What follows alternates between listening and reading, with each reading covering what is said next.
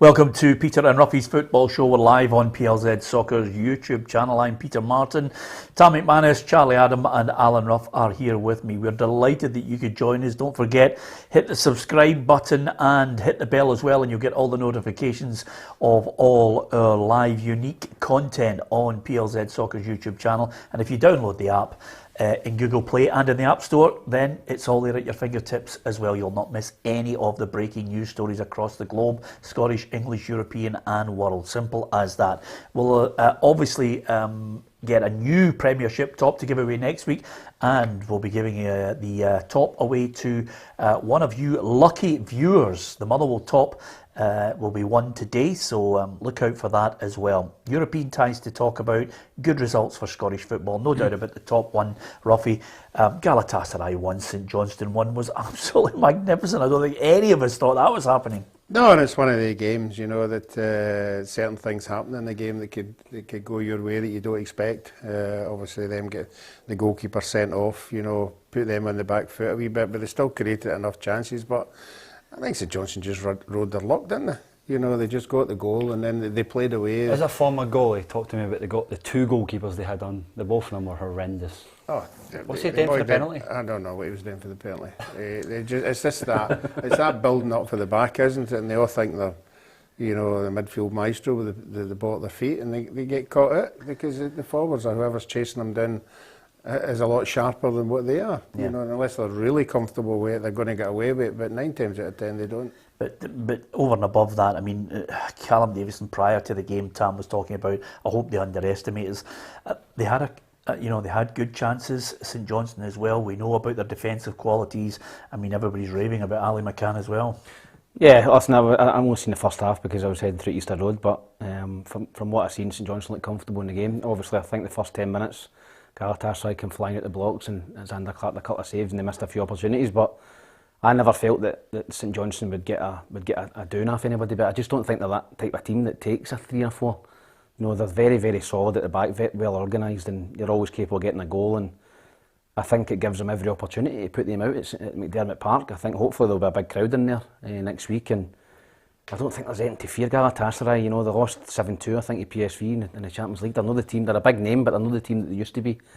And I think St Johnstone have got a right chance now to get through. Yeah, no surprise Callum Davison reckons it's one of St Johnstone's best results ever. It's a difficult one because of the top side and they keep the ball, and I thought we could have kept the ball better and put them under a little bit more pressure. But again, I'm not going to be critical. I said to them there, that's probably down as probably one of St Johnstone's greatest results in Europe. You know, my first time in Europe, my first game in the European competition, to hold Galatasaray in Istanbul. It's a 1-0 draw. He said that to me 18 months ago. I just said no chance. So, you know, I'm very, very proud of everybody involved. When you look at managers and you look at stocks, they can go up and they can go down. His is going through the roof. His is going high and it's going quick. You know, I think he's got them extremely well organised, tough team to break down. But you know, to go away to Galatasaray and draw 1-1 is a wonderful result. But it comes down to, can they go again Sunday? Like the big teams have to go Thursday, Sunday. Can they go again Sunday? Can they go again the next Thursday? So it's going to be difficult for them. But no, they should be proud of their achievements so far, and you know, it's a huge result, and they've got to take confidence in the second leg. Yeah, and as Tam mentioned there, Ruffy, 10,500 would be great for the home leg. That would be unbelievable. Welcome money, and of course the atmosphere to back it up. Yeah, it's a tidy stadium. If it's full, it's not full very often, but when it is full, I think it would be quite a good atmosphere to play in it and also be a supporter in it as well. So I don't think they have a problem if they get the opportunity to sell it out. Okay, if you're going to record your first win for Celtic, it's always nice if it's away from home, Tam McManus. 4-2 against Jablonec. They made heavy weather of it. For obvious reasons, Celtic, they haven't got a back line. No. I mean, the positives, we'll start off with the positives. I thought they were superb going forward. I mean, they could have scored 7 or 8 easily. Don't think Jablonec are that great a side, but still Celtic cut them open time after time. Should have had the game well in the bag. 4-2 still gives them a slight chance back at Parkhead, but positives are, you know, Furuhashi, fantastic goal. You know, great first touch, little dink over the goalkeeper, showed his class. James Forrest looked good Abada. Listen, I think going forward Celtic looked very, very strong, but on the opposite side, you know, I think the first goal just a hook over the shoulder, and Beaton just doesn't even go him, and the guy runs through, and he's got all the time in the world, literally, to pick his spot. And Celtic look edgy at the back again. They need to shut the back door, because I think Celtic will be very, very good going forward and exciting to watch. But if you need to score 3 and 4 goals a game to win a game, then when you come up against stronger teams, you come up against the Rangers, you're only going to score 3 and 4 against them. So they need to shut the back door. But Joe Hart had never had a lot to do, but made a good save late on. So I think there's quite a lot of positives to take from the game for Celtic. Yeah, okay, Beaton can take the ball out from the back, that's it. He's not a centre half. I think Celtic still need 6 players. I think they need 4 in the back, and I think they need 2 strikers. Yeah, no, listen, it's plain to see the strengths and the weaknesses of what Celtic are. You know, they're a big football club. They're going through a transition. I'm just glad that they won the game. That was the first win before we played them on Sunday, because, you know, listen, it's a tough place to go, Celtic Park. Even when they're not playing well, you know you're going to be under a little bit of pressure. But like Tam said, middle to front, I think they are going to hurt a lot of teams. You know, but I think that they're so expansive at the back, and you can cause them problems if you can get that pass off at the right time. Then you'll get opportunities. It's just, can you take them? And it'll be a tough second leg, but listen, Celtic were always in control of the match. Yeah, no surprise to hear Ange Postecoglou mention the fact that there was a period in the match where they just lost control of it. Performance was okay. We started really well. First half hour was excellent. We controlled the game, scored our goals, created some more chances to score. But I just felt we lost our way a little bit after that and lost control of the game. And especially second half, it just felt like, you know, we were going okay, but we didn't really sort of control the game the way we should have, to make sure that we won the game more comfortably. I just wonder how many they will actually get in, Ruffy. Well, they're led to believe they're actively behind the scenes, you know, trying to pull in as many, you know, and if you believe the everybody that they're talking about, you know, in the papers, then there is a vast amount of dealings going on behind the scenes, but it's getting them over the line. Yeah. But I agree with you know, the centre-half position has to be, you know, an established, experienced international centre-half needs to come in there. I don't know if you get a chance to look at the opposition's second goal yesterday. It was a Beaton. Beaton actually put it in the net when it came off the post. He went half-heartedly try and kick it, and he kicked it into the net. Yeah, I don't know about you, Ruffy, but there are 2 elements to this. First of all, I think Edouard, the signs are he'll go. I don't see him being here when the window closes. No, but I think they have to act quickly, because, you know, you don't like to see a player who's given so much to the club, people start going against him. You know what I mean? The fans are starting to say, well, but that's his own fault. It's nobody else's. It's his own fault. If he doesn't want to run around and he doesn't want to, he's only got himself to blame. I get that, but he's done so much, you know, for the club. You know, but he can't live in past glories. I know, but I don't like seeing players, fans turning on them because of a reason. And Charlie's right. You know, if he's thrown in the towel, sometimes you deserve to get that. But I think the quickest things you say, the best thing for him is to move before that momentum grows, that they completely turn against him. And the other point here, and the second point I'm going to make, Tam, is, I don't know about you, but when I watch Celtic and there's anything from 25 yards out, free kick or a corner, I'm thinking, I wonder if this is the goal. I wonder if they're going to score. You know, every team that I watch them against, I think, here comes a goal. Now, that can't be right. He must be aware of that. He must be, the alarm bells must be going off to the point where he's saying, quick, get me defenders. But that's just not now. That was last season as well. That's what I'm saying. That was the full of last season when obviously Shane Duffy was in there, and anything that came in the box, you're like, if you're a Celtic fan, you were covering your eyes, because they can't defend set pieces. Even a couple of balls in behind last night, you know, look as if they're struggling to get back as well. So Ruffy's right, they've got to go and sign a real top international defender to play beside Starfelt. They've obviously got Christopher Julian hopefully coming back as well, which will increase competition. But Beaton's not a centre half. I don't know why he keeps playing him there. The boy Welsh is on the bench. I think he's done all right. He's a defender. He wants to defend. I don't see the reasoning why. Obviously, I think it's Beaton's good on the ball, and I think that's the way he wants to play. He wants the defenders to come out and drive out with the ball and create overloads in the middle of the park. But yeah, we'll go and buy one then. Beaton's not a defender. You've got to first and foremost defend, and I think that's got to be priority. Yeah, Kevin McManus says, Edouard has been a great servant to Celtic. I'd never badmouth him. Kevin, you may well be right on that, but a lot of Celtic fans may be losing patience with him as well. Grant Lumsden says, there's only one Callum Davison. What a manager he is. By far the best manager in Scotland. Imagine what he could do with a big budget, possibly win 3 titles instead of 1.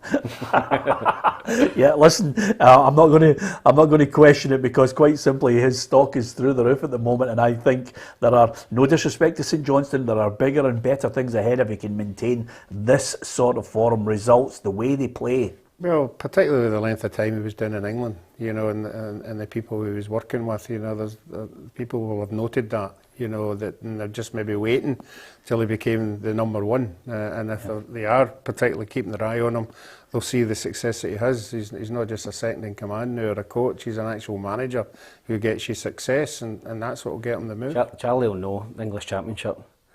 You know, there's so much pressure on the big clubs, especially the clubs that have just come down. If they get off to a bad start, I'm even talking 4 or 5 games. No, they'll chop the manager. aye, They will. It's, you know, the big ones are obviously they're changing at the moment. You know, Bournemouth, they changed manager, bringing Scott Parker in.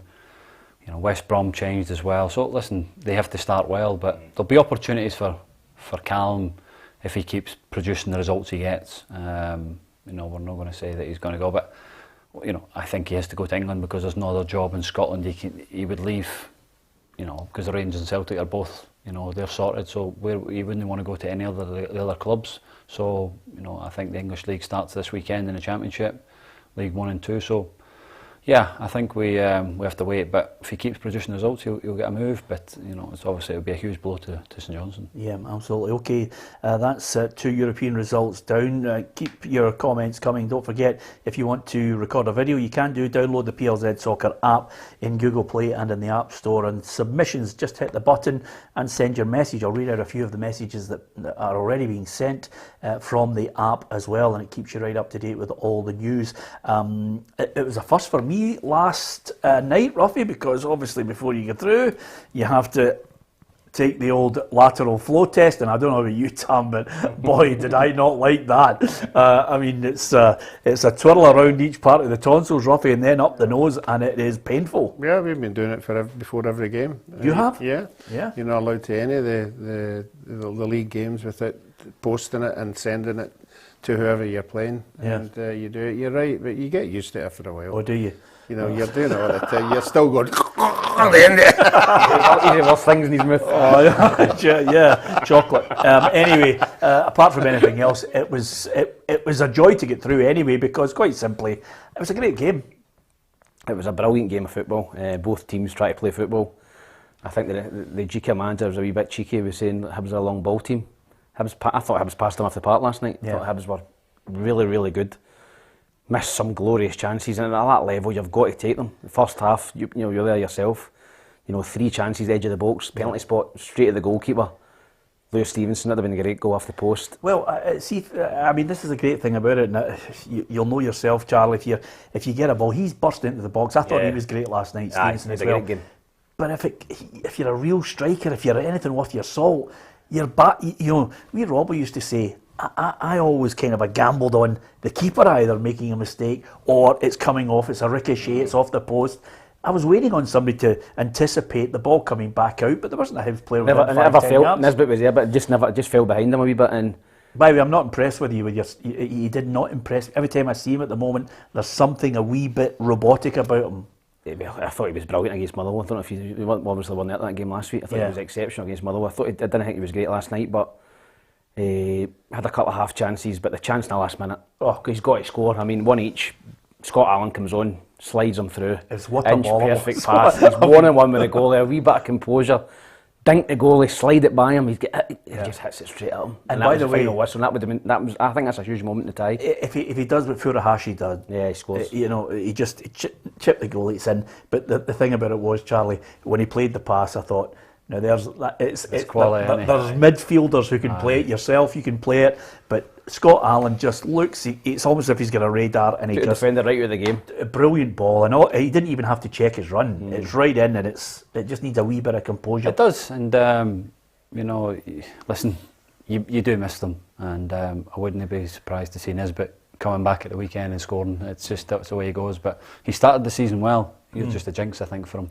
Yeah, absolutely. Well, honestly, I mean, I hear him raving about him, and I'm thinking, I always like to go to as many grounds as possible, because I think if you're on shows like this, you've got to go and see every team and see them in the flesh, because I think, Ruffy, you get a better appraisal of someone when you see it. Well, you see the 90 minutes, 9 times out of 10 you're just seeing highlights, you're seeing good bits, you're not really seeing the bad bits, you're just seeing the highlights, and if he's involved with them. And so you're right, if you go to the game, you 90 minutes, you can assess the whole 90 minutes because you can see the good bits and the bad bits. Yeah, Jack Ross is confident that they can go to Croatia next week and win the tie.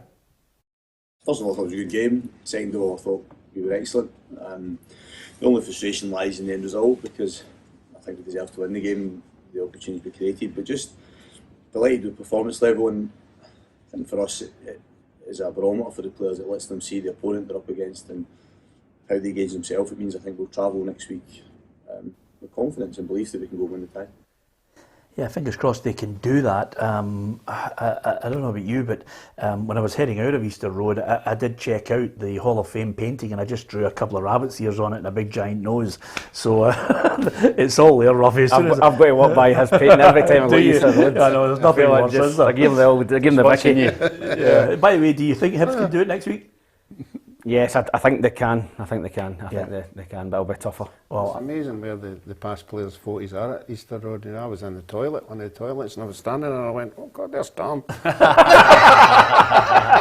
a bad man, isn't he? It's not good. Okay, to the final European tie, which was, of course, Aberdeen. 2-0 in the lead, Charlie, and then suddenly pegged back, and they needed Christian Ramirez to come up with a winner. I think that'll be a worry for Stephen. That's 2 games now in Europe that they've conceded goals, and obviously they played really well against Dundee United. Listen, they're away from home, but to score 3 goals is brilliant, and that's what he brought them to the football club for, to score goals. They've been missing that for probably a couple of seasons now.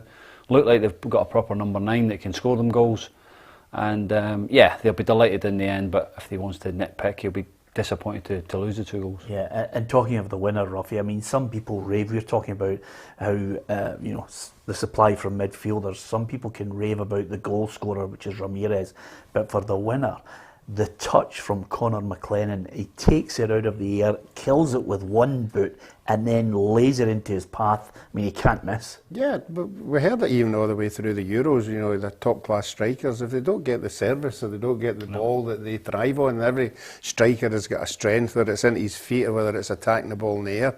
If you've not got guys that can get you what you're good at, then you're going to struggle. Yeah. But I think he looks a big, powerful boy. But isn't it ironic, it's the first year there's no away goals in Rangers at Johnstone and Aberdeen? They've been an absolute magnificent. They'd be shouting, yes, here we go, but they don't count. Well, listen, they know what they've got to do in the return legs, and Stephen Glass expects Pittodrie to be bouncing for this one. We knew it was going to be a difficult tie. We were under no illusions about that, but I feel like the start of the game was particularly good, and also the response second half. So a pleasing night. You come away with a win, and it sets us up for a big game at Pittodrie next week, which was the aim going into the away leg. I'm hopeful that it'll be a big crowd. I think it'll be an important part of the game. It's important that it can be an intimidating atmosphere. The players will respond. So when that news comes out, whenever it comes, then it would be great to see that backing. Yeah, it'd be brilliant to see Pittodrie full to capacity for the return. I don't think Aberdeen will have any great problems. Just a couple of news items I want to get your thoughts on, lads. Ruffy, no resolution yesterday on Rangers and the SPFL and this disagreement. I still think there are 2 issues still to be settled. We don't know if indeed there was some kind of correspondence between them that highlighted that Rangers would have a conflict of interest with this deal. All of these things, I think, have to come out in the wash before we get this resolved. Well, I've said all along, as far as the last year and a half's went, everything that's come out of the SPFL has all been about the rule book.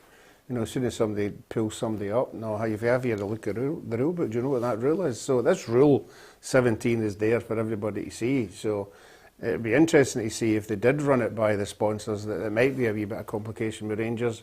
And if they've said, no, that's okay, we'll just get on with it. But if it's the other way, where they say, no, we're not happy about it, you better sort sort this out, and then we've got a problem. Yeah, okay, it's still not resolved. We'll wait to see how it all pans out.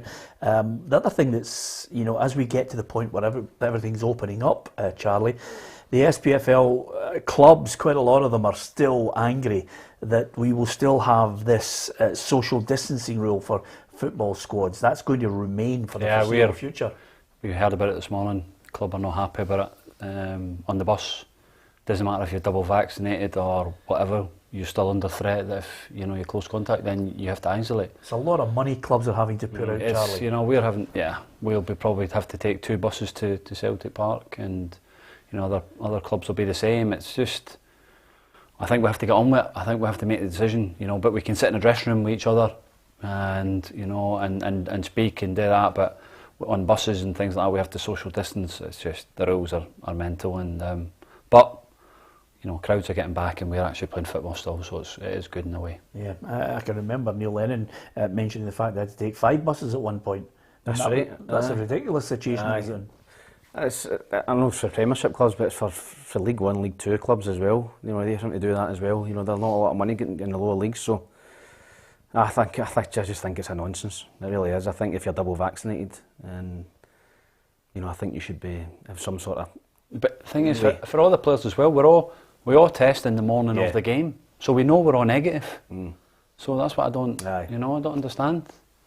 Yeah, absolutely. Okay, from European football and all the issues that have emerged today, we now go to the Premiership. Here's how the fixtures look for this weekend. Of course, it's a tight race in our predictor, but Dundee United Rangers is the early kick-off at St Mirren against Hearts. That's the 2 Saturday games. Sunday, Celtic against Dundee, Hibs Ross County, Livingston against Aberdeen, and St Johnstone take on Motherwell. So some really tasty ties there. Dundee United against Rangers.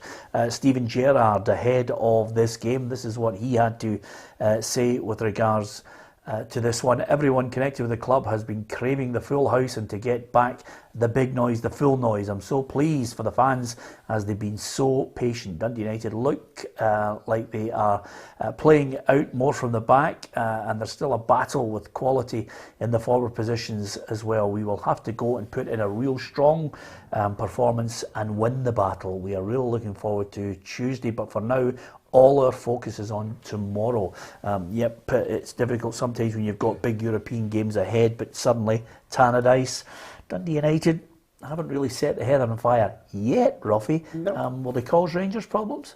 Not in the evidence of last week, the game against Aberdeen. I don't think they put up much. And Dundee United used to be, if you were the Old Firm or one of the venues, you knew you were going to have to really put in a shift to get 3 points. Yeah. Was that 40 years ago? No, I think maybe 4 or 5 years ago. I think Tannadice, a full Tannadice was always a good atmosphere, and I think you always knew you were going to you have to do well to get the points, but not now. I don't think they've got the quality of players, and they haven't sorted that out yet. Yeah, as far as Rangers are concerned, I mean, obviously holding on to players, Charlie, is key. Steven Gerrard says he's made Glenn Kamara a very good offer. He's, hopeful that he can keep him. He really wants them to stay, but doesn't seem to be a rush to put pen to paper. No, there's a slight worry with that. Listen, he's a terrific footballer. I think he's done brilliant since he signed from Dundee for 50 grand, and he's probably might be just looking at that Premier League in England if he isn't going to sign a contract. The Rangers offer, as let's say supposedly said, is a very good offer, but why would you want to leave at the moment when everything seems rosy in the garden at Ibrox? It's a club moving forward on and off the pitch. So we'll be wait and see with that, but they've still got him under contract for this year and next year, so there won't be such an issue. But Connor Goldson's out of contract; they'd like to get that done soon as well. So no, he's a terrific player. Yeah. Okay. This is the first game of the afternoon. I can see Rangers winning it 2-1. Tam, where are you? I think Rangers will be too strong. I don't think Dundee United will score either. I think I've went for 2-0 to Rangers. Yeah. Comfortable, aye. Ruffy? Yeah, I'm the same. I went for 2-0 as well. I think Rangers, the home forum, don't look as if they're losing goals, and particularly against the teams that are going to be in the top 6, which I don't think Dundee United will be. So I've went 2-0 as well. Yep, you're absolutely right with that. Charlie, Rangers to win or Dundee United to cause an upset?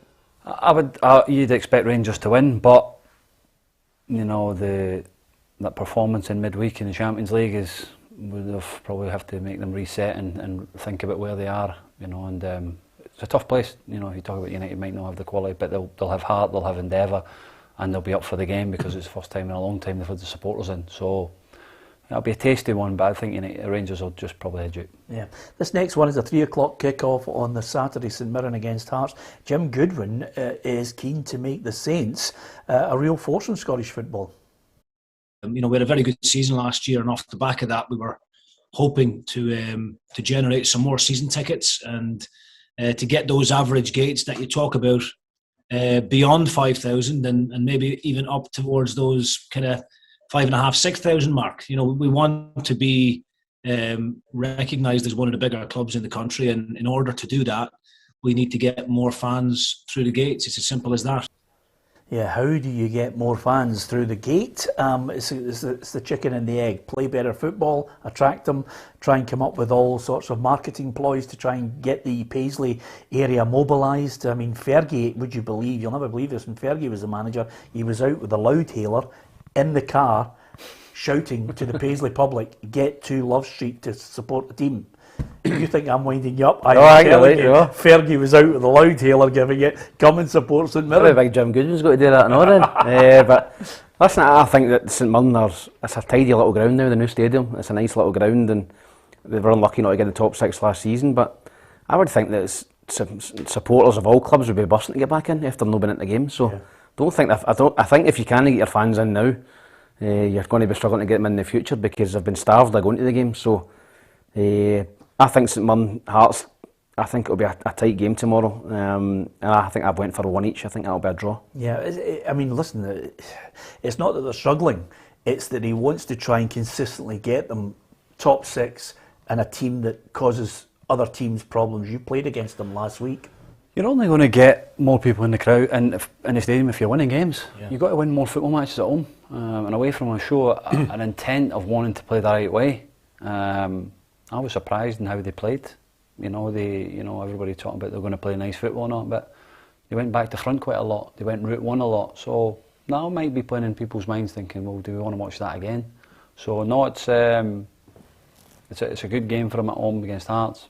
I think a draw would probably a good result for both teams. Yeah, I think I've got 1-1 in this one, Ruffy, but I'm looking at Hearts and I'm thinking to myself, a lot of people were looking and thinking, is Robbie Neilson going to come under pressure early on? But a 2-1 win against Celtic is suddenly ship calm, go to Paisley with a bit of confidence, build on it, could get another win, and then suddenly everything's rosy in the garden. Yeah, well, that's what I'm banking on. You know, I went Hearts 2-1. You know, I'm hoping that they can take something out of the game last week. Then I'm sure the training would have been great this week. You know, the dressing room would have been buzzing, and you're getting into a game, and as Charlie said, that I think the St Mirren best 11 are pretty good, but I think once you start going down a bit, you know, they struggle. So I'm just banking on Hearts taking on for the win last week, so that's why I'm going to go 2-1. Yeah, I'm curious to see how they play football, because the one thing about the Hearts fans, God, they can moan if it's not going the way they want. Even if they're winning games, they want to win them a certain way, and they weren't happy with them towards the tail end of the season. So it'll be interesting to see how they respond, especially when you get, I mean, what more can you ask for? I mean, there were still people booing and moaning at Tynecastle when they were playing Celtic, but when the winner comes in, all is forgiven. I'm still not completely sold on the Hearts fans on Robbie Neilson. I think that if they lose against St Mirren, I think they'll start to come out again. I just don't think that he's got the complete support of the supporters. The way they played last season, the Brora Rangers game, things that happened. So I think he's got to keep winning games, because if they get beat against St Mirren, then I think they've got Hibs coming up not that long. So I think he needs to keep winning to keep the fans on side, because I think they're only 1 or 2 results from turning again on him, I think. Okay, on the Sunday, Celtic against Dundee. We'll get Charlie's thoughts in a minute. But out there, come rain or shine, Gabriel Antoniazzi is at the forefront of most of the press conferences, especially when James McCarthy has put pen to paper. Gabriel, at Celtic Park. Thanks, Peter, and good afternoon from Celtic Park, where I've just spoken to new signing James McCarthy. He signed earlier in the week, ending a 12-year spell in the Premier League with Wigan, Everton and Crystal Palace. McCarthy, the 30-year-old midfielder, said it had been a long time coming to join his boyhood club. My agent spoke to a couple of teams and a couple of teams down south, a couple of teams abroad, and as soon as I knew Celtic were serious about it, then there was only one club for me. Yeah, it's been hectic. Obviously, I'm delighted to be here, and it's been a long time coming. But as I say, it's a dream come true for me and the family, and I can't wait to get started. McCarthy signed a 4-year deal with Celtic. Some fans online had questioned that because of his injury problems in the past. He did play 16 league games last season, and he's in contention to play against Dundee here at Celtic Park on Sunday. And he said his worst injury problems are now behind him.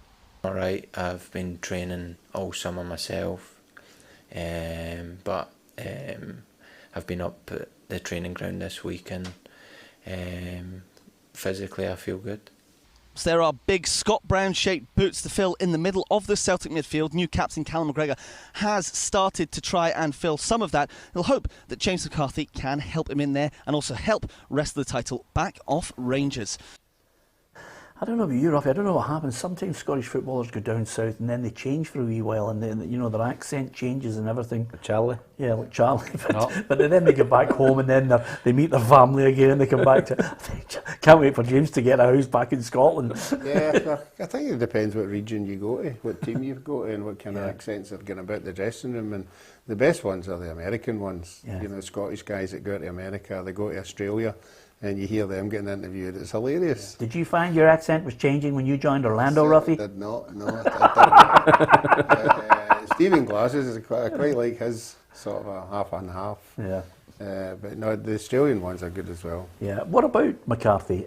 He had to emphasise there that obviously he's trained all summer on his own and he's free from injury. I think that's the big cloud over him. Charlie, I'll tell you, and I'll tell you, a contract, it's a different kettle of fish when you're training yourself to you're training with the boys and you're match fit. Yeah. So I don't know how far away he is from coming in and playing, but training yourself is hard. You know, you can do as much running as you want, but getting that sharpness when you're training with the lads and that is different. So it will just depend how fit he is, but I don't think there's any doubt in his pedigree. You know, he's a great career down in England. He's only 30-year-old. You know, he played, I think, 20 games last year, and he seems to be over his injury problems, and if he can play 30 or 40 games for Celtic a season for the next 4 years, I think he'll be a great signing. Yeah, I'm really looking forward to this one, Charlie, on the basis that, okay, we know middle to front, we've talked about Celtic and how they like to play, but I thought you guys played some really good football against St Mirren.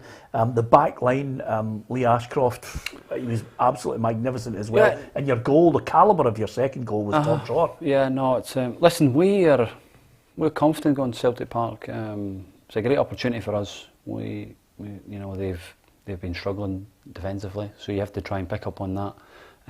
But listen, we know it's going to be a tough game, middle to front. McCarthy might come in and play. I'd be surprised. I think he might be on the bench, but it's a big challenge for us, and we need to go there. We have to be solid and hope that Celtic have an off day. And if we can produce a performance, then we'll have a chance of getting something. And 20 yards out, if there's a free kick, Charlie. I'll be there. I was just about to say to you. Yeah, don't need to worry about that. If Joe Hart hasn't walked into that dressing room and Lee Griffiths hasn't gone up and said, left side, right side, either one. I mean, any side, underneath, you know, if you want. Yeah, in the lot. I mean, you'd fancy it, wouldn't you? In the dressing room, I think it's a place where nothing is sacred. So. I think it's that you're just saying underneath. I thought that was great in the Euros. You know, the boys. Imagine you're in the dressing room and you're sitting there going, That's your joke. I wonder what partner will be taking part in this free kick, and the gaffer goes, "You're lying down behind everybody." By the way, really rate me. Can you imagine? When Zico's taking the free kick, you turn around and say to Willie Miller, "Will he lie down across the back five in the wall?" Getting a tab of Alec McLeish's shooters and getting that corner. Absolutely. Just out of curiosity, before we move on, I mean, well, obviously, we're not going to be two-faced to you today, Charlie. We're going to try and be as honest as possible on how many we think you're going to get pumped by. Did you say 5 or 6? Just something like check that again. But the one thing I was going to ask you is, what about James? I mean, suddenly we're hearing MK Don's interested in your manager. Just reading it on the way in today. I'm not surprised. I just think that when you start getting promoted and you start bringing young players into your team and you get a couple of results, clubs will always look at him. I think he's happy there, but it's. I think that will be down to how the teams performed last season, getting up through the playoffs and the promotion, and another show on Sunday will obviously get teams in. They've lost their manager Russell Martin, gone to Swansea, so it's news to me, but. Nothing surprised me in football if they were looking at him. Yeah, well, the positive is I think you're definitely going to score on Sunday. 3-1 Celtic. Tom? Yeah, I think both teams to score is an absolute certainty. Yeah. I think Dundee will score. I think Charlie's delivery will cause him a lot of problems. Free kicks from wide and around about there. I think Dundee will score, maybe even score 2. So, yeah. But I think Celtic can score 2 Celtic Park and get beat. Yeah, I scored 2 against Celtic and get beat 3-2 with him. No, I'm going to go for 3-1. 3-1. I think I'll be an upset. I think Celtic will win. Ruffy, go on. I've gone for Celtic. What? I think I went 2-0. But I think you're always wary. I mean, there's a lot of teams. I'm not saying Dundee would do that, but there's a lot of teams have went to Celtic and thought this is the time to get them, and all of a sudden it's 5, it's 6, it's 7.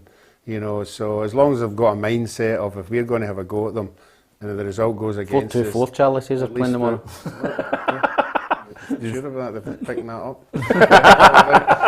As long as Angie's watching live on YouTube. Glasgow Live is like, 4-2-4. As long as the manager and the players realise if they're having a go and it goes the other way, then you've had a go. I think a lot of people would rather teams go to Parkhead and Ibrox and have a go than spoil the game. Yeah, well, let me tell you, on the evidence of last week, if Charlie scores a 25-yard free kick into the back of the net, he's picking up a yellow card, and I'm doing that on the spread betting. It's a stonewall certainty. Doesn't matter who's in the crowd, he's in there. Anyway, from Celtic against Dundee, Hibs against Ross County. I think, speaking to Martin Boyle last night as well about this and Jack Ross, I think they appreciate that Ross County have got a manager maybe above their pay grade, so they're well aware of the fact that the games are coming thick and fast. I said to Martin Boyle, would you rather the games weren't quickly Thursday, Sunday, then on again the next week, the Wednesday and things like that? And he said, no, I'd rather play than train. So that tells you the mentality of players. I was the exact same. I prefer to play than train. I think the more games the better. You just get in, you get to loosen up. Maybe get a massage, you're ready to go again. So I think it'll be a tough game for Hibs. I really do. I agree. I think Ross County this season will surprise a few people. I think they've got a really good coaching staff up there. They've signed another couple of boys today on loan from England. I think Malky's got great contacts down there, but they're not going to come to Easter Road and get anything. I think it'll be 2-1 to Hibs. Yeah, they're playing good football, Hibs. Ross County, I'll be interested to see what tactic they deploy at Easter Road for this one. Malky's a shrewd character. I think Ross County need to come and try and get after Hibs, especially after that European game. I know they're going to be at home, there's going to be a decent crowd, but I thought Ross County went under Yogi was probably the best performance they had last season. When they come in, they played really well, passed it around at Easter Road. So I think Ross County have to try and get after Hibs first 10-15 minutes to see if there's any little bit of nervous or jaded from that midweek game. Listen, it could have been worse, it could have been you could have been up to Ross County for Hibs. So they're at home, you'd expect them to win the game, but I do think that Malky's got a bit of a savvy about him, and I think they can cause Hibs problems. Yeah, I think I've got Hibs, Ruffy, to win 2-1 in this one. What's your take on it? I've got Hibs to win 1-0. Well, I wasn't impressed with Ross County last week against St Johnstone. Yeah. Never. There wasn't many goal mouth incidents at all. So, I get pumped 2-0. I don't think you've ever tipped Ross County to win. No. Even against Ross County reserve, you wouldn't tip them. It'll be like that all season. Yeah. Sorry. If he get knocked back for a gig up there or something, he must have. Is Roy McGregor hanging you for a after dinner gig or something? I mean, it's outrageous. I mean, it's absolutely outrageous. So hatred of him. But nevertheless, Hibs to win, I think, is the general consensus from everybody on that one. Although I'll tell you one thing that was really good last night. I know everybody's mentioning it now, but it was just good to see people they're all backslapping each other. Great to see you back at the game. People in their normal seats, Ruffy, you know, and we are almost at that point where we never thought we would be. 18 months, suddenly you've got fans in the ground and it's great. No, I think it's, I don't know if Charlie's knows, but I think the fans are happy to back their sides even when they're not playing well. They're so happy to be in. Yeah. If somebody makes a bad pass. You asked me that last week at Dens when we 1-0 down. Oh my God. Hammering us. 1-0 down after 5 minutes, hammering us. Just had to tell them to calm down a wee bit. Yeah, that's just the way it goes. I think that's it's been a what they want frustration, success. They want success. That's what most fans want. When you've had success at a club, they think it's going to happen every year. Well, with all due respect, I mean, I know what you're saying, 1-0, but I was listening to the Dundee fans, and you've played a couple of passes, and they're absolute. I mean, you could hear the crowd going, oh no, I'm talking about because we lost a goal and it was quite early on, but it's the way it goes. But it's good to have them back. I honestly do think it's great, and if we can probably get 5,000 for next week at Motherwell against, I think it's Motherwell at home we play in the cup, so it's good to get them back in. Do you hear the fans? Oh yeah, you feed off it. Yeah, but do you hear the odd quip? Oh, absolutely, you hear everything. Yeah. Especially when you stood at the goalpost on a Charlie, corner. do you always shoot up? Obviously, your skipper. Do you shoot up into the fans the second half, up the hill? Because Barry Smith, I used to hate that to me. I was at Dundee, so there's a slope and Den's right. It goes, it's kind of diagonal slope, isn't it? Really. Yeah. It's a bigger slope than Peter's Hill there. Aye, so Barry Smith used to go, we always used to shoot up the hill the second half. No, we always got try and get up the hill first half. Aye, and I hated that. I used to always say to Barry, come in, I'll shoot down the hill, because when I'm knackered you can run down the hill. A big Bobby man would sit deep, I think even in the 6 yard line. I'd be like that, up front myself, and it used to murder me. But do you do the opposite? Do you shoot down the hill the second half? I've always thought that was a better thing. First half. But Barry liked to shoot into the fans the second half, because he thought the fans would. You were the same at Easter Road with the slope. That was the year we get relegated, by the way. And Motherwell's a week down the road. Will you change anything when you're standing at the side with your suit and tie and all that on? If James McPate leaves. Brilliant. Chaz, it's coming, but we just don't know when. Livingston against Aberdeen. I've tipped Livy to go down. I'm not going to change my mind on it. I think Aberdeen are just at this moment. Everything's rosy in the garden. I think they'll go down there and win this match. I've got Aberdeen to win 2-1. Yeah, I'm the same. I think Livingston will struggle this season. The only saving grace will be at home on that pitch. They should pick up quite a lot of points, but I think Aberdeen will be too strong. I think that Aberdeen and Hibs, as I said, this season will be very, very strong. And I think I went for 2-1 to Aberdeen as well. Yeah, Jonathan says Ramirez looks a player.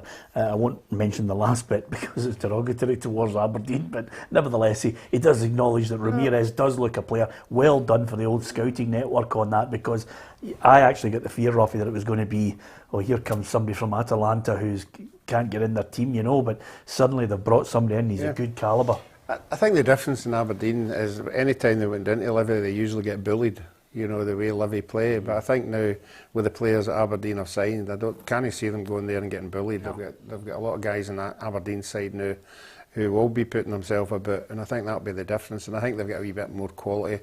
I think Livingston have lost the firepower, and I think the big boy will score. Yeah. Yep, okay. What's the big boy's name? J. Thomas or J.L. Thomas. The Jet. Why don't you just call him Jet, Ruffy? Jet's an easy one for you. J. Emmanuel Thomas. Jet. Jai. There's no Jet for the Gladiators that used to have you up in your wall.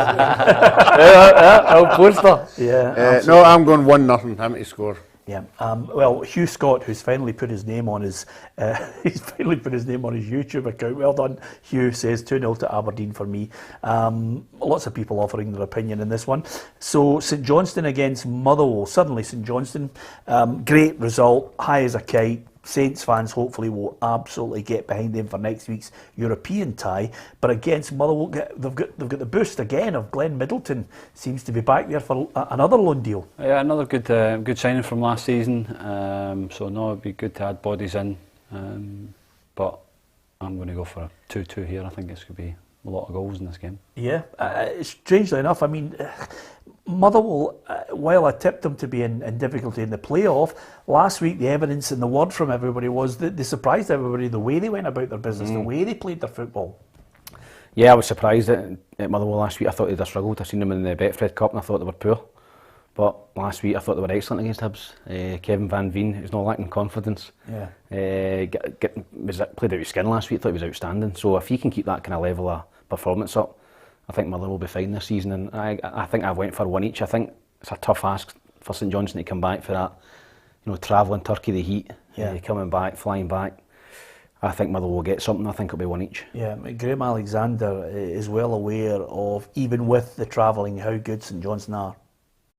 Yeah, I think St Johnstone put in a typical St Johnstone performance. I think they were extremely hard to break down. I thought they carried their threats at important times, and it was a fantastic result for them. So look, St Johnstone have proved over the last 12 months what a good team they are, and so we'll be expecting a tough game, as we do. We're in the Premiership. There are no easy games, but we expect to give them a tough game as well, and we're looking forward to it. I think we're going to get a real sense, and to be fair to Graham Alexander, we're going to get a real flavour of his team now. This is his team, this is his pre-season, this is what he's going to show to the Motherwell fans. He's already said he wants to entertain them.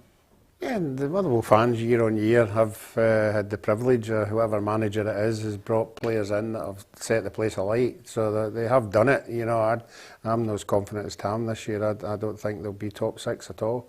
And when that St Johnstone team went up the other night against Galatasaray, I was quite impressed with the three at the back and the midfield and up front. They've got a bit of quality, and obviously they've got the two cups behind them.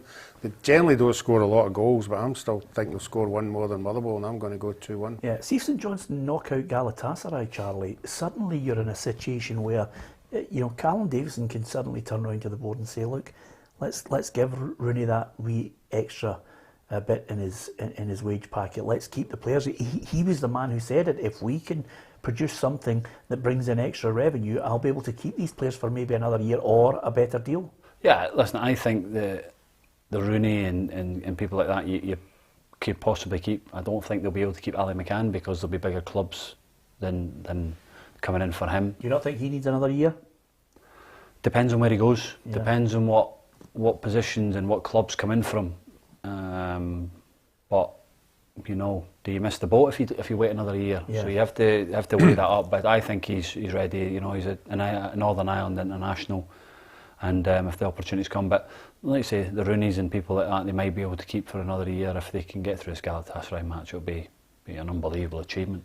Yeah, absolutely. Okay, that's the Premiership for you. And don't forget, on Monday, we'll have reaction from the big games, the managers and the players talking about their results.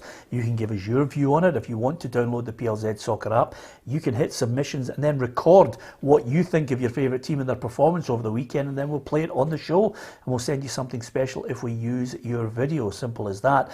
And also, don't forget, Monday to Friday, it's 4 o'clock live, or you can watch it later on YouTube. We're exclusively live on YouTube Monday to Friday. Share it, tell your friends, and join the football family here. Lots of different guests along the way, and some of the players who are playing in the football will be in this studio chatting about their team, and hopefully that will interest you as well. Lots of unique video content to look forward to. Charlie's talking about sometimes the train doesn't stop at the station more than once, so maybe that's why Jack Grealish decided 100 million, Pep Guardiola, an array of stars. I'm off to Man City. Yeah, I'm not surprised he's leaving. I think that it's a logical step for him to go if he wants to go and try and play in Champions League, win Champions League and win trophies. Don't think that's going to happen at Villa. I think that obviously he's an Aston Villa fan, a boy, he's been out all his career, and I think that a lot of Aston Villa fans are pretty sore about it. But what an opportunity for him to go and play under Pep Guardiola. For me, the best manager in the world. You look at the improvements in some of the other English players, Stones, Sterling, Foden, guys like that have took their game to another level, and I think Grealish is capable of doing that as well. I think he can become a world-class player in the next 2 or 3 seasons if he plays regular. Yeah, and he's honest enough to admit it was very difficult to leave the club he supported as a boy. It was obviously a difficult few months because I think I've obviously been an Aston Villa fan my whole life, but when I spoke to the manager here, you see, you know, what type of players that they've got here. In the end, you know, it was something that I couldn't say no to. Well, he's my type of player. I love watching him, and he should be able to walk out from the tunnel with his chest puffed out, because that is the stage for him, and I don't think he'll be overawed by any of his teammates. No, I think like Tam said, I think playing with the calibre of players is going to take his game to another level. Were we ever going to see 100 million in the Premier League? Probably not, but Man City have just blown it out of the water. But I like how Christian Purslow came out and explained the reasons why in an interview done, why he wanted to leave, and it was obvious that getting into the Champions League and trying to go and win trophies at Man City were there, and yeah, he's got a terrific footballer. He's still going to find it difficult to. I know it's 100 million now, but he's got to earn his right to get into that team because it's full of world-class players. Yeah, and the one thing that they are going to do, Ruffy, in the next week or two is they're going to start offloading a few players who want to leave. I mean, already Bernardo Silva has expressed his desire to move on. There's 2 or 3 others who know they're not going to be part of the plans. Yeah, well, it doesn't matter what club you're at. I mean, 100 million's a lot of money. You know, somebody somewhere down the line has to say, right, we need to haul somebody in, because they want to bring other players in as well. So it's all about wages and all about how much money they can recoup. So they're not any different for any other club, apart from the amount of money they can pull in. Yeah, and if you were on social media and you followed social media over the last 24 hours, practically every supporter of every club has superimposed Lionel Messi on the head of their favourite player. Should have got him sat here. And then exactly, and then the Ayr United top. I saw Messi with an Ayr United top. Rock Junior's top. Well, exactly. I mean, at the end of the day, suddenly Messi is not at Barcelona. Here's a statement from the new camp on his departure. Despite FC Barcelona and Lionel Messi having reached an agreement and the clear intention of both parties to sign a new contract today, this cannot happen because of financial and structural obstacles. As a result of this situation, Messi shall not be staying on at FC Barcelona. Both parties deeply regret that the wishes of the player and the club will ultimately not be fulfilled. FC Barcelona wholeheartedly expresses its gratitude to the player for his contribution to the aggrandizement of the club, and wish him all the very best for the future in his personal and professional life. You could not say anything else, Tam, when you consider what that boy has done for Barcelona. Oh, no, I mean, the statue outside. He's one of the best players ever, probably the best player ever. He played for Barcelona, and listen, the fans adore him. He's God there.